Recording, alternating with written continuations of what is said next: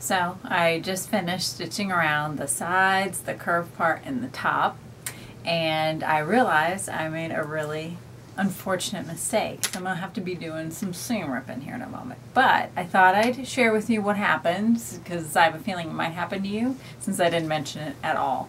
So I've got it sewn all the way around, and I went ahead and flipped it inside out.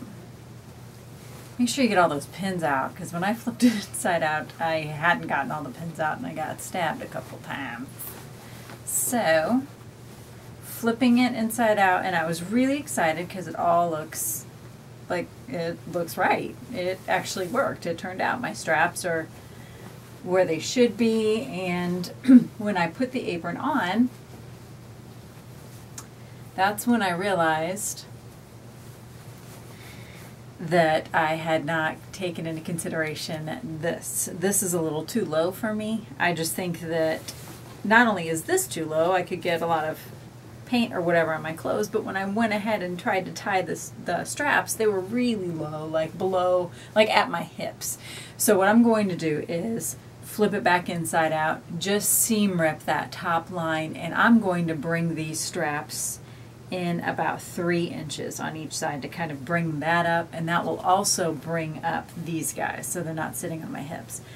Once that's finished, I'm gonna iron it, and I'm really close to being done. To finish the bottom, all you have to do is, this is what we did on the pockets, tuck this inside depending on how short you want it to be. I liked my length, so I don't want it to get too much shorter, so I'm just going to do 1 inch.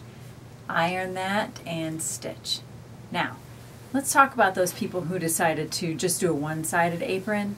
If you're doing a one-sided apron, then you could use bias tape. Double-sided quilter's bias tape would work great. It opens and closes like this. The tape does. It's not real tape. It's just a piece of fabric that's been folded. Take that bias tape, lay it over that curved edge. Just pin it there and stitch it in place.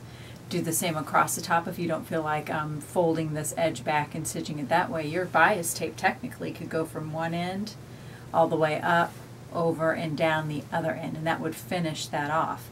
I mean, technically, you could even go all the way down to the bottom and across. So that's your choice. But anyway, so I'm going to finish this up, and hopefully it'll work.